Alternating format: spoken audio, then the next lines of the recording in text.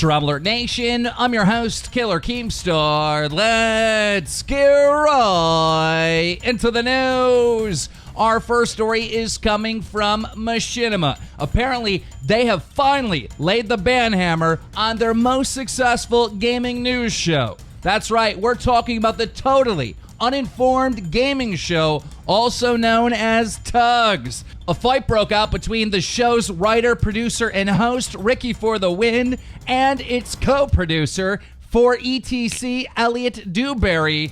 It kicked off last night on Twitter. It started with this. Ricky said, "I can't take this anymore. T.U.G.S is bigger and more important than anything else on our channel." He followed up with, "What started as a joke now consumes everything. Kind of like people who are stuck playing Minecraft for money." And that's when Elliot Dewberry fired back with this. "Fuck you. Our other shows are important, and you're taking T.U.G.S too far. Please kill yourself." Ricky responded with, "You're just jealous that T.U.G.S has taken you out of the spotlight, asshole." Dewberry fired back with, "I will leave this job if one more episode airs. You've been warned." And that's when YouTube employee Bright-Eyed and Bushy-Tailed Fwiz jumped in the mix saying this. "T.U.G.S is the most important show on YouTube at the moment. If either of you cancel it, I will leak the dick pics you sent me." Ladies and gentlemen, that's it for the news today. Let's try to shoot for 10 likes. T.U.G.S Nation, now over 640,000 strokes.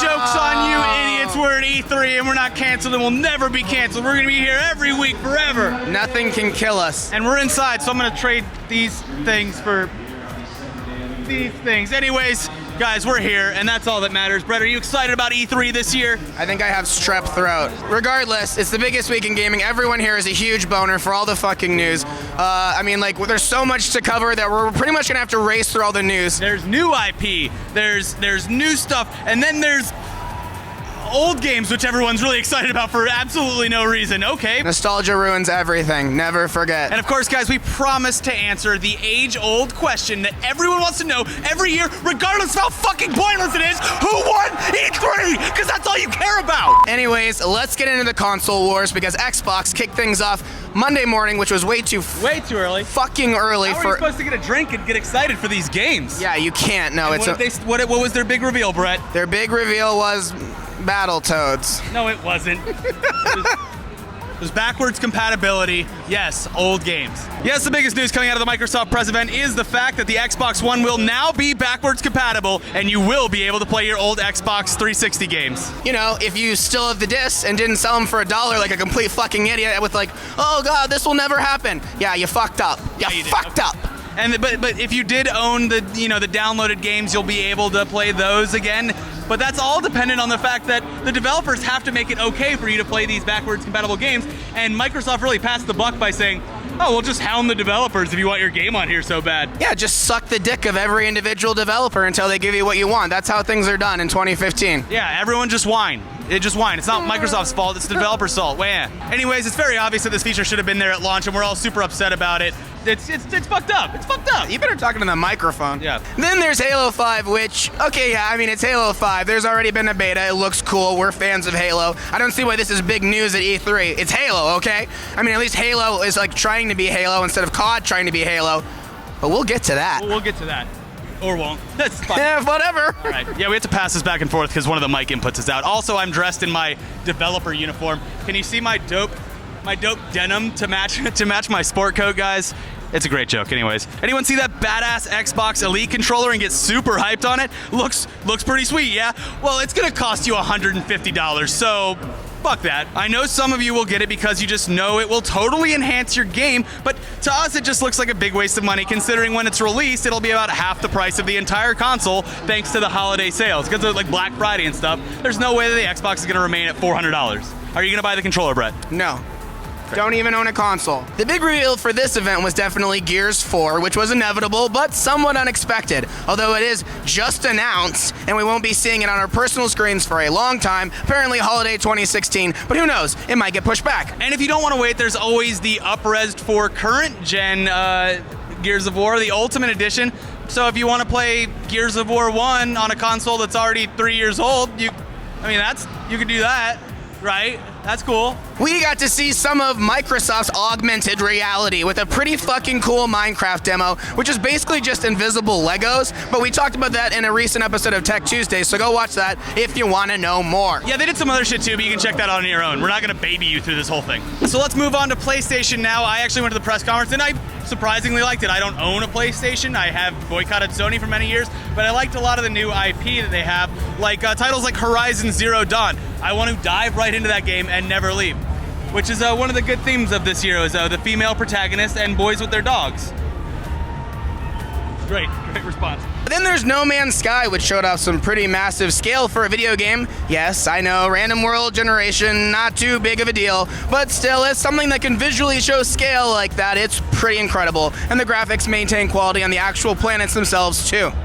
I love planets. Yeah. I love space. Then there was the reveal of The Last Guardian, which has obviously been contentious. Yeah. People have been talking about it for a really long time, and now it's finally real. The Griffin is real. It's here at E3. Can you believe it? I cannot believe it, Brett. I'm very excited for whatever this game is. I know nothing about it except for that it's a sequel to Shadow of the Colossus. I don't know. Street Fighter V was teased and apparently will be coming out next year. Some game called Shenmue 3 is asking for your money. And a huge surprise for everyone is that Final Fantasy VII is being remade from the ground up, not just a slight graphical update. It looks like it's gonna be amazing. Going back to Midgar, gonna get in that live stream, gonna get my dick wet in the live stream. God damn, it's about time. What he said. And then there's Uncharted 4 with that whole controller mishap. I still maintain that that was a completely staged thing to make people believe that it was a live demo. Either way, everyone knows these things aren't live anymore. It's not that big of a deal. People just want to see the gameplay, and the gameplay for Uncharted 4 looked fantastic. I think that the extra time they're going to be taking with this game is actually going to pay off. I'm glad that they're holding it back and making it perfect. I didn't see anything you're talking about. Of course, PlayStation was not without its faults with stupid shit like exclusive Destiny expansions and a focus on taking back the Call of Duty franchise, which really nobody wants anymore anyway. I would love to abandon it at a fire station like a baby and have someone else raise it. So yeah, starting with Advanced Warfare Advanced Enhanced Edition with robots and shit, aka Black Ops, PlayStation will get exclusive rights to content like maps and shit, and will also give you access to a multiplayer beta in August apparently. I lasted all of 2 hours in the most recent COD, so a free beta sounds good. I can play it and realize that I don't like this franchise anymore and immediately give it up without paying any money. Thanks, PlayStation. Another disappointment on the Sony side was the extremely brief showcase of their VR technology. Project Morpheus. I played it in Iceland. I love it. I didn't get any of this here at E3 this year. We were hoping to see a lot more of this than what it can actually accomplish, since running VR through an actual console just doesn't seem like it's gonna cut it anymore. You gotta do a little more work. You gotta get a PC. The console's gonna be the games that they run on Morpheus are gonna look like shit. I played Valkyrie, which was like from EVE Online guys, and it looked pretty good. But look, we got a lot coming to Morpheus. They flew you out to Iceland. You were pretty biased on that. Now let's talk about what other games came out now, and not just stuff from the console presentation. But wait, Ricky, we forgot to talk about Nintendo. No, we didn't, Brett. I'm not 8 years old, and I couldn't give less of a shit. Well, my sources confirm that today at the Nintendo booth, Kanye West was there with his people, okay? So guess what? Hurry up with this damn croissant. Star Fox Zero or whatever the fuck he wants to play. Well, I'm glad you brought up Star Fox Zero because I did actually play Star Fox when I was a kid, so I do want to talk about that. I'm excited for this, but the fact of the matter is, will I ever play it? And the answer is no. Not unless I'm locked into a room and the only source of entertainment in that room is a Wii U. And once I'm done literally jacking off 5, 6, 7, 8 times, I'll probably pick it up and actually play it. That's the only way I'll probably play that, and I'm sorry. I did love Star Fox as a kid, though. Okay, well, let's move on. There was a huge property which Bethesda finally showed off, and guess what? We're talking about, of course, Doom! But, hey, Doom was the first PC game I ever bought. Love it. It's back, it's beautiful, it's bloody, and just a complete mess. We got to see a ton of footage from this game after being dick teased by the 5-second trailer we saw previously, and it's pretty fucking disgusting. You can blow people apart, you can stomp skulls, you can chainsaw people in half, and this is coming out next year, spring of 2016. Get fucked. Yes. This game looks beautiful, and this is my review of my biased review of what I've seen so far. I'm gonna play the shit out of the single player in this, and I will never touch the multiplayer. Like most games that look this good, multiplayer probably won't catch on. Well, we've always got Quake 3, don't worry. All right, moving on, guys, we're going to budge. We'll finally talk about Fallout 4 because it was shown at pretty much every press event, even for companies who have nothing to do with it. I'm pretty sure Nintendo showed off Fallout 4 just because they wanted people to watch the press conference. Yeah. So let's talk about it. Fallout takes place in Boston. You can be black or white, which is an obvious game time decision because of the whole Rachel Dolezal controversy. There's an enormous dynamic world to explore. You can pretty much do whatever you want in this. Except kill dog meat. You sick fucks. Why would you even think about that? Yeah, so Todd Howard confirmed after the dust had settled on Twitter that he has the power to give eternal life to dogs by saying, dog meat cannot die. So here's my thing. You can blow up an entire city in Fallout 3 very shortly after starting the game, but killing a dog is just too much for the people at Bethesda. I think clearly we've seen a lot more of the dog in the trailer. It's going to be a heightened experience. It's not going to be just some random companion you accidentally shoot in the face during a gunfight. Maybe it's important, okay? Maybe the dog is part of the story, Ruck. I'm going to use the VAT system or whatever to lock directly onto his heart and shoot straight through it right off the bat. I'm going to target you with the VAT system, and it's going to say, fuck boy, 78%, and then I shoot you in the head. No. Please be the first person to mod this game so we can kill that dog. What is wrong with you? Dog meat is an institution. I just like freedom, Brett. I thought I was living in America. So they also released a mobile game called Fallout Shelter, but it was exclusively for iOS, so, you know, fuck me, right? Beautiful Android race gets nothing? What the fuck, Bethesda? Oh, fuck you, Brett. Suck my cracked iPhone screen's dick. Woo! They also showed off a trading card game for Elder Scrolls, whatever, blah, blah, blah. Let's talk about EA for the fine folks who've been holding on this long. Yep. Just watching hours and hours of this video. We're very sorry, by the way. Very sorry. Okay, so who won at the EA press conference thing this year? I mean, you have to be an idiot not to know that Battlefront is the clear winner for EA, and also probably this conference. The game looks absolutely beautiful. I'm looking forward to this. Most of all, sorry, Fallout 4 fanboys, you lose. I knew you weren't a real fucking fan. Get the fuck away from dog meat. I never said that I was a fan of Fallout. I played Fallout 3 for like an hour. I am not a fan of the series. Maybe this one will change my mind, and I'm not trying to fake that I'm a Fallout fan. Big deal. Hate him. Back to Battlefront. One look at either of the trailers released for this game, both competitive multiplayer and the co-op stuff, will let you know within a very short time span that we are all going to completely lose our entire lives to this game, and any free time we had previously will now be spent cuddled up in the warm embrace of a tauntaun in this game. I mean, whatever. I don't give a shit, to be honest. I think it looks fucking great. Battlefield 4 and Star Wars universe, baby. Why are you holding the mic down here for me? Hi guys, I like Battlefront. As my opinion of you lowers, I hold the mic lower. Anyways, we're going to cover this game a lot more in the coming weeks if T.U.G.S still exists. Other notable mentions from EA are the new Mirror's Edge game, which we got a release date for. You'll be able to hardcore parkour your way through this game on February 23rd, 2016, not too far away. And of course, legendary sports star and hero to millions, no, not Pele. We're talking about Hoop God, baby. Yes, Hoop God, the star of E3 this year, appeared on stage at EA's press conference for a little game called, I actually don't know what it's called, some NBA game that isn't 2K. Yes, he was brought on stage to show off the tech that NBA 2K came out with last year, but this one is it's on your phone, and it's for a basketball game that no one plays. It ends up in the discount section of any retailer within weeks. So, but it's on your phone, so that's you cool. You can't play Fallout Shelter, so you should be fucking grateful.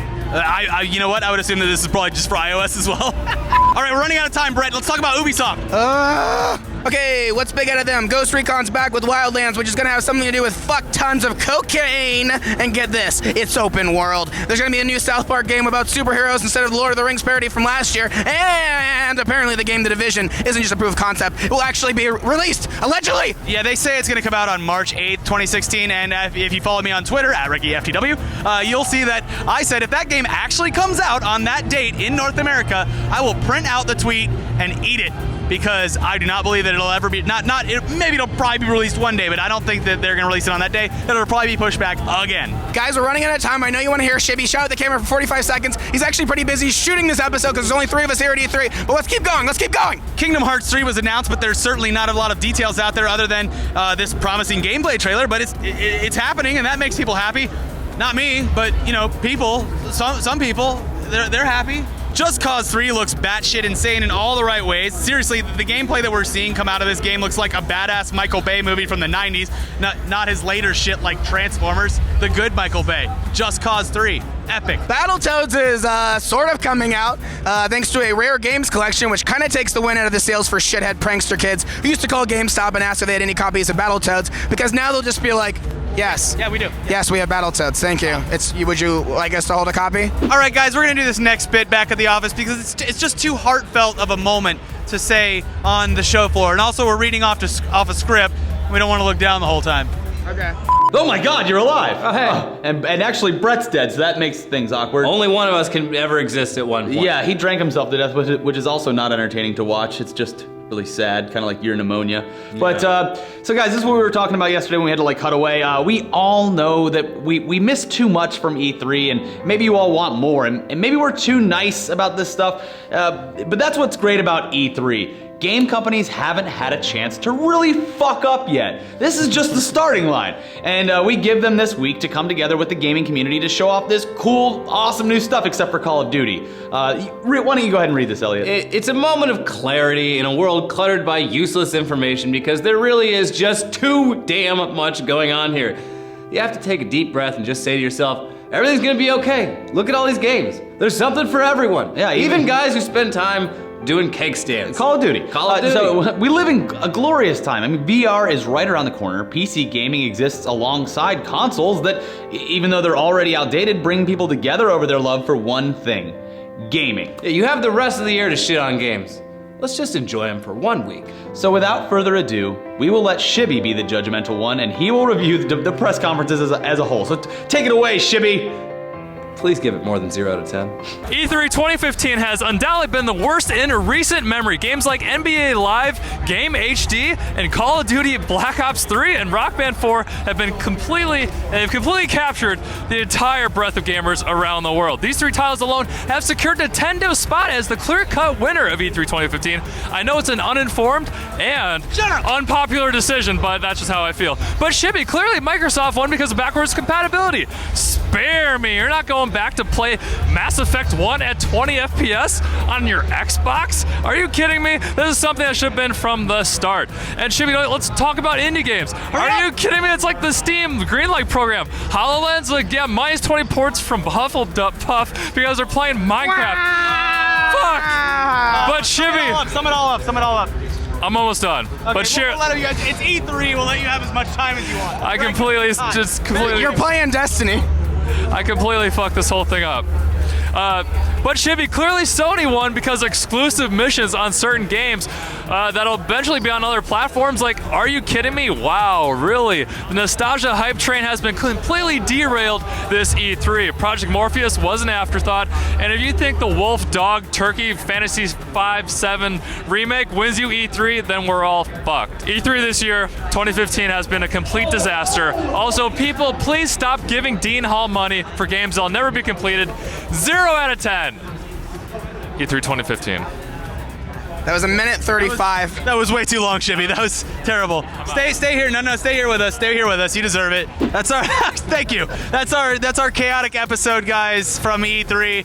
It was rushed. It was way too long. It was completely pointless. We know nothing about games. All right, but look, Ricky, here's the real question we all want to know. Who actually won E3?